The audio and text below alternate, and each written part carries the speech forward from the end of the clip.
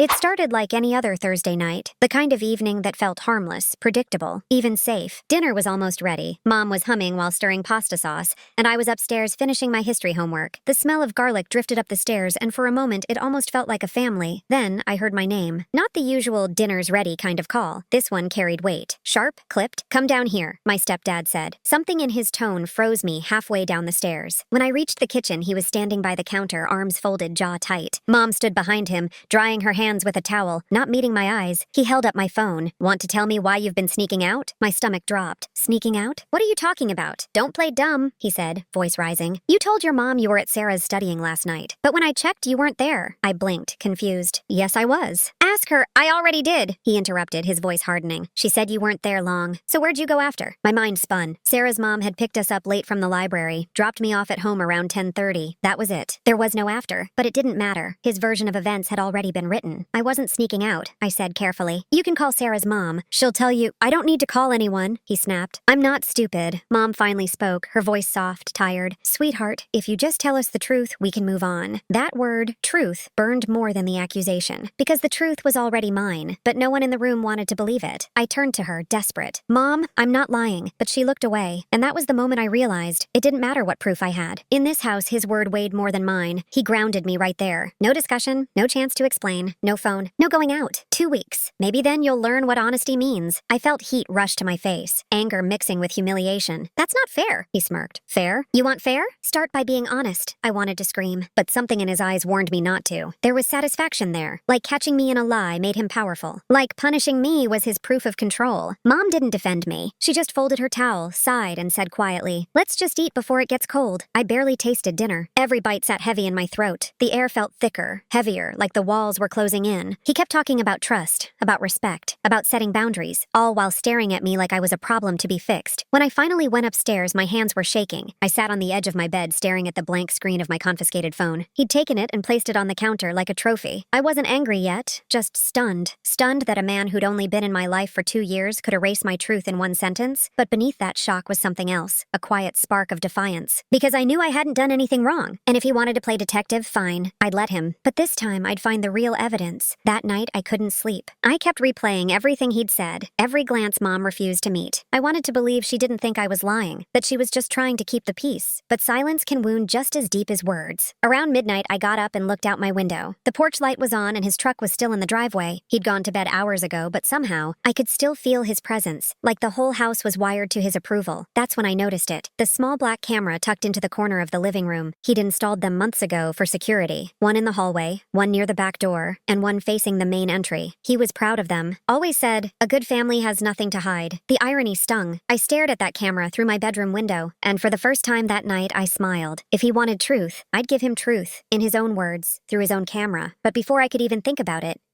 I needed to survive the next few days of silence, the kind where everything looks normal, but nothing feels safe. And I'd learned soon enough that his accusations weren't random. They were deliberate. A pattern. A game of control disguised as parenting. I just didn't know yet that by trying to punish me, he'd handed me the one tool that could expose him completely. And when I finally showed him what that camera saw, he'd wish he'd never called me a liar. The next morning, the house felt different. Not louder or quieter, just heavier. Breakfast was already on the table when I came downstairs.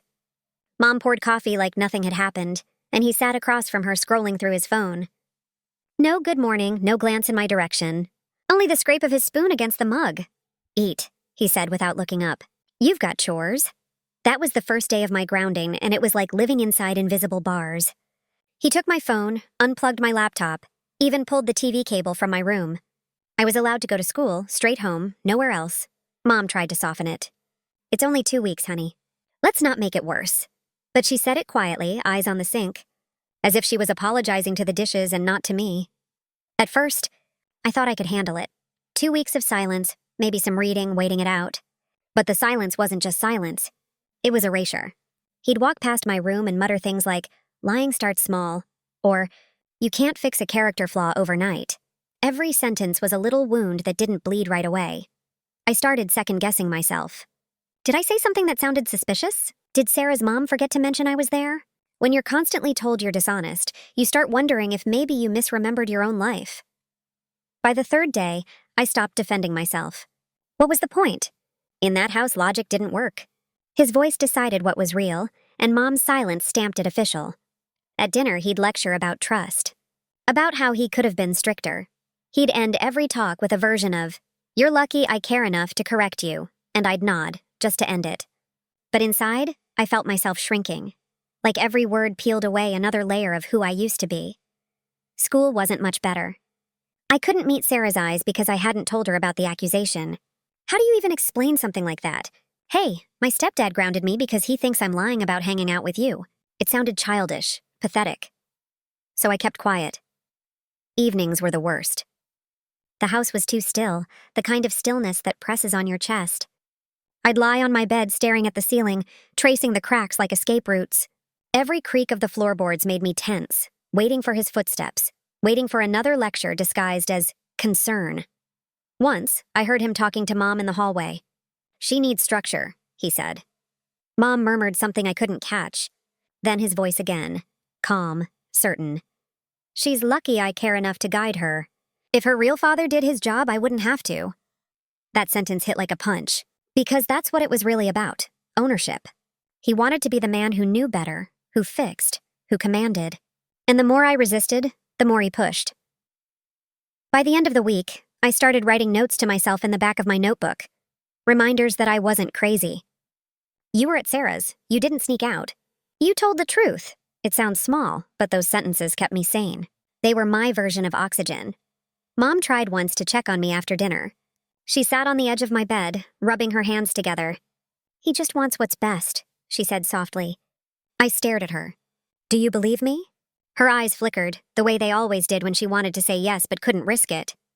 "I think it's better if we all move forward," she whispered. Then she stood and left. That was the night I stopped waiting for her to defend me. I spent the next few days pretending his rules didn't bother me, pretending Mom's silence didn't hurt. But inside, something hardened. If he was going to paint me as a liar, fine. But I wasn't going to let him control the truth. One afternoon, while cleaning the living room as part of my punishment, I looked up at the tiny black camera blinking in the corner. The same one he'd installed for security. He'd never think I'd use his cameras against him.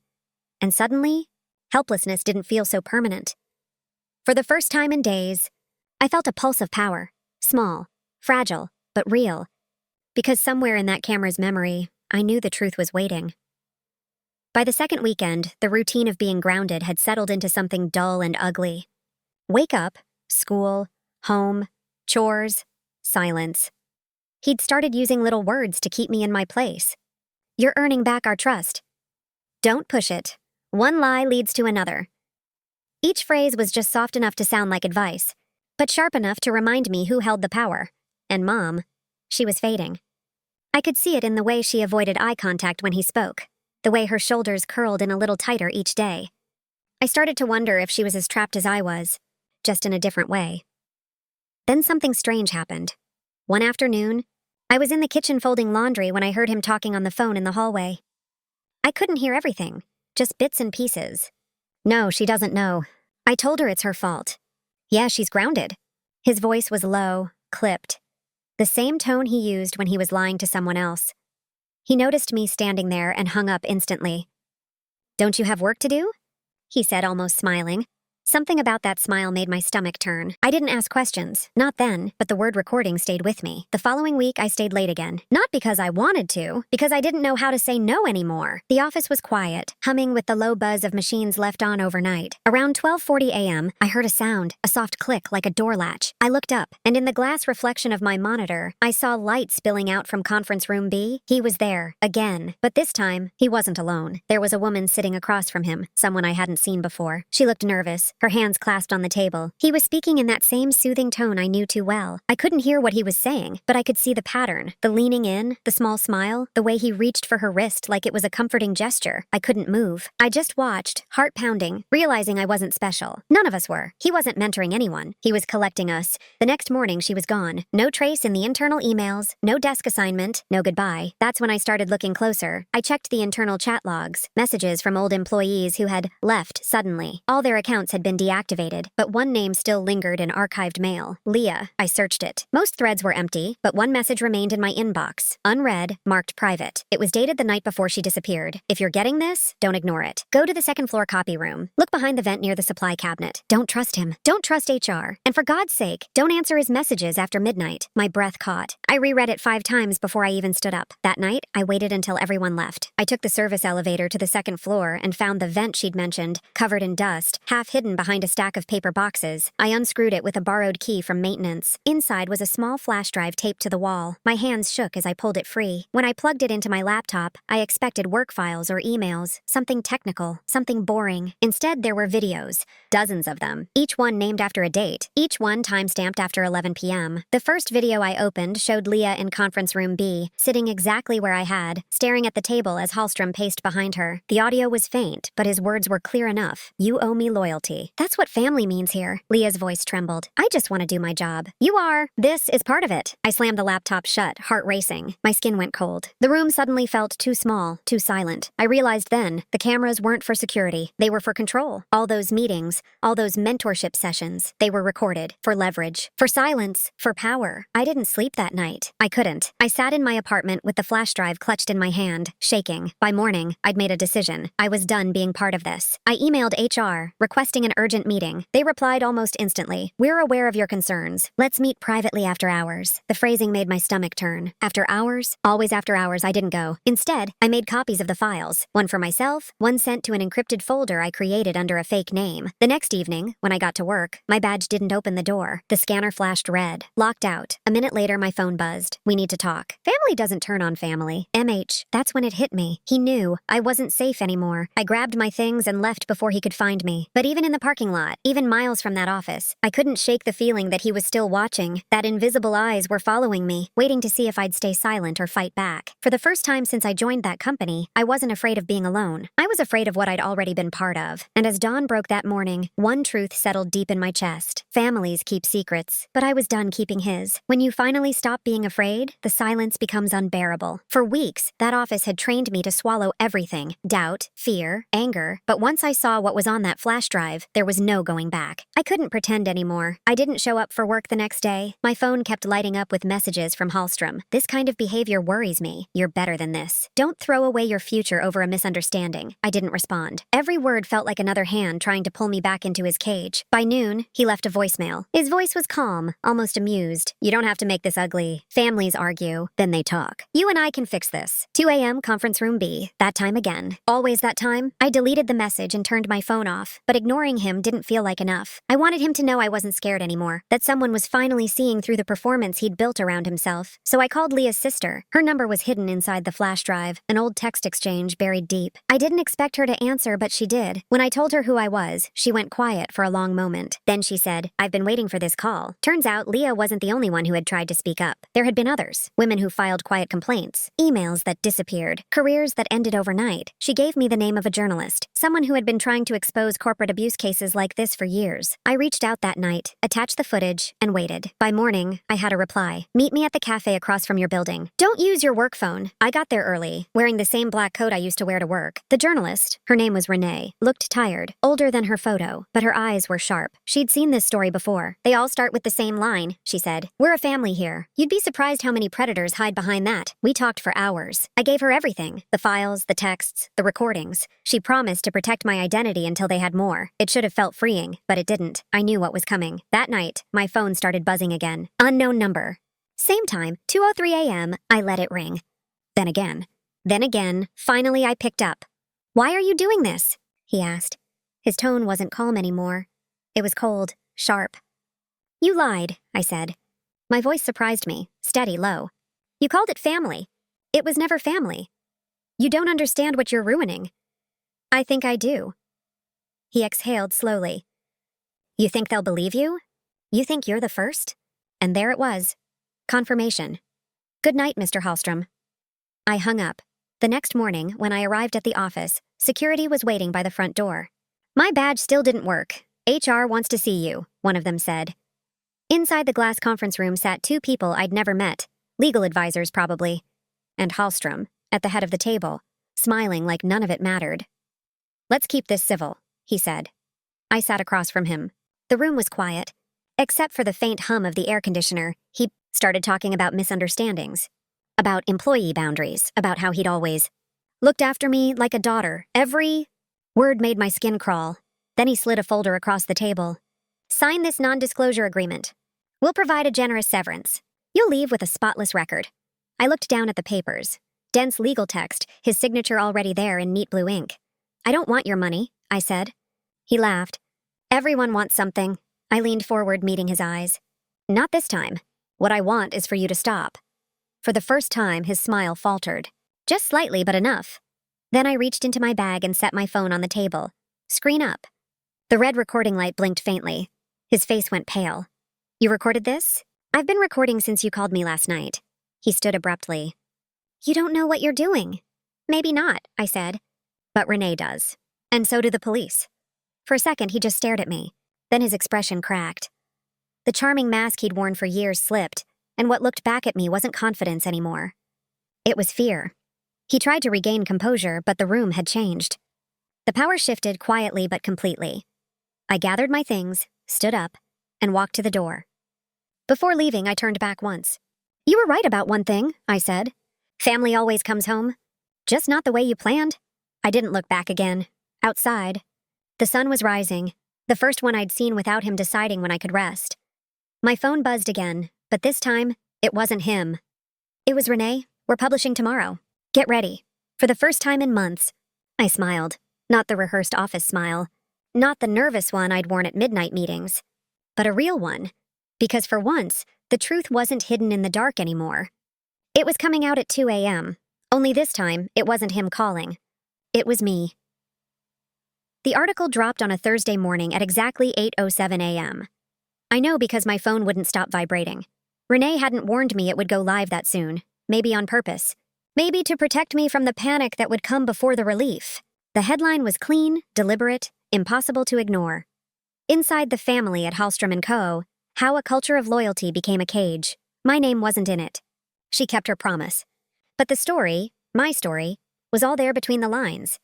The late-night calls, the manipulations, the videos. By 9 a.m., the office building was surrounded by cameras. By noon, 3 former employees had come forward. By evening, Hallstrom's photo was everywhere. The same practiced smile I used to trust now frozen beneath words like investigation and abuse of power. I didn't go to work that day. I sat on my couch, watching it unfold from my living room. I should have felt vindicated. But mostly I felt empty, like someone had scooped out months of fear and left only quiet behind. Still, there were moments that broke through. The first was when Leah's sister called. She was crying, the kind of crying that sounds like a wound finally breathing. You did it, she said. You actually did it. I didn't feel like a hero. I just felt tired. By Friday, the company released a statement, the usual PR language about internal reviews, commitment to safety, and temporary leave of absence. But no one bought it. The story had momentum now. Every person he'd ever silenced found the courage to speak. Dozens of anonymous posts, screenshots, testimonies. They started connecting the dots. The same pattern repeated for years. The justice didn't come with a dramatic arrest or a movie-style confession. It came quietly, through cracks in his empire. 100 truths whispering at once until they were too loud to ignore. 2 weeks later, the board forced him to resign. The company's shares dropped overnight, and for the first time, that building, the one that had felt so untouchable, started to look small. Renee texted me the day he stepped down. He's out. You good? I typed back, I think so.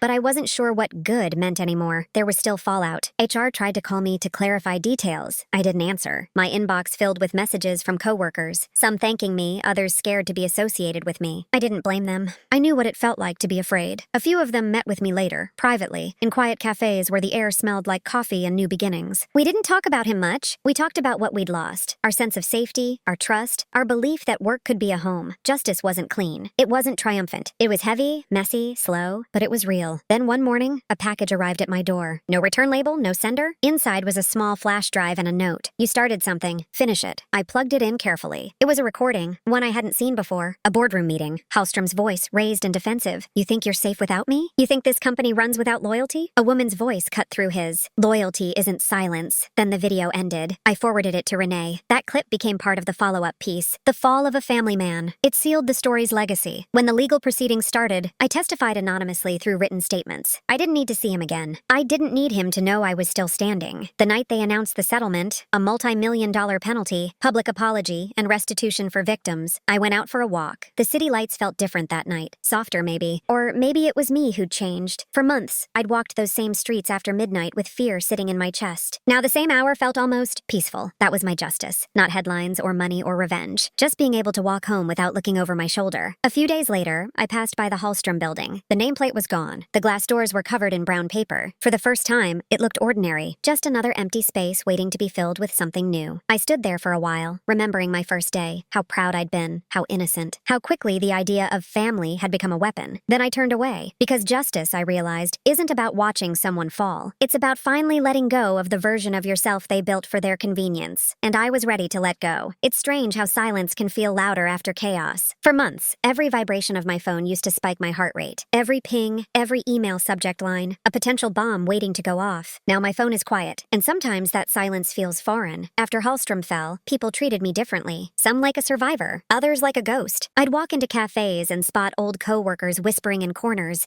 their eyes flicking toward me, not out of judgment this time, but curiosity. Like they wanted to ask, what was it like? But didn't have the words. The truth? It was hell. But it also taught me something I never expected to learn, that strength doesn't always roar. Sometimes it trembles, cries, or hides for a while before standing up again. I took time off, deleted work apps, changed numbers, stayed offline. The world was still spinning without me, and that was the best reminder that I could step away and not collapse with it. My therapist said something that stuck. Trauma doesn't end when justice begins. It ends when you stop defining yourself by what broke you. That hit harder than I wanted to admit. Because for so long, what broke me had become my identity. The girl who worked late, the one who stayed quiet, the one who finally spoke, the whistleblower, the headline without a name. But I wasn't any of those things. Not entirely. I was someone rebuilding from the rubble of loyalty misplaced. One night, around 2 a.m., the same cursed hour where it had all begun, I found myself walking past that building again. It was empty now, gutted for renovation. The lights inside were dim, construction tape across the doors. But for a moment, I saw my reflection in the glass, standing where the old me once sat trembling under fluorescent light. She looked calm, different, free. I realized then that forgiveness wasn't about him. It wasn't about the company or the people who stayed silent. It was about forgiving myself for staying as long as I did. We all crave belonging. We all want to believe that we're a family here means warmth, safety, shared purpose. But families, real families, don't demand silence as proof of love. Now, when I hear someone say that line at work or online, we're a family here, I pause. And I wonder, are you building a family or a cage? It's been a year since I left Hallstrom & Co. I work for a small nonprofit now. No slogans, no forced smiles. Just people who show up, do their jobs, and go home to their real families. It's quieter, simpler, and somehow feels more honest than any team-building night ever did. Renee and I still talk sometimes. She tells me about other stories, other workplaces, other survivors, and how each one finds the courage to come forward a little faster because they read mine. That's the part that still gets me. The idea that something I lived through in fear is now someone else's reason to speak. Last week, Leah, the intern who first confided in me, sent a postcard from Seattle. On the back, in her messy handwriting, she'd written,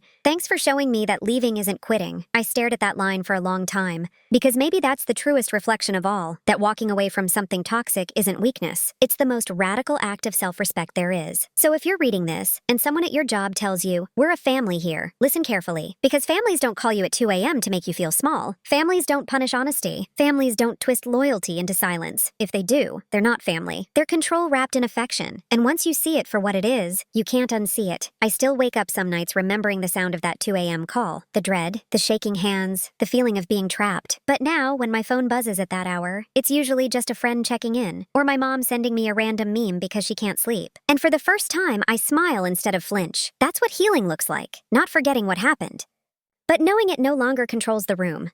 So maybe the story doesn't end with his downfall or my revenge. Maybe it ends here, in quiet rooms, soft mornings, and the kind of peace that doesn't need to announce itself. Because I finally learned that family isn't who demands your loyalty, it's who earns it.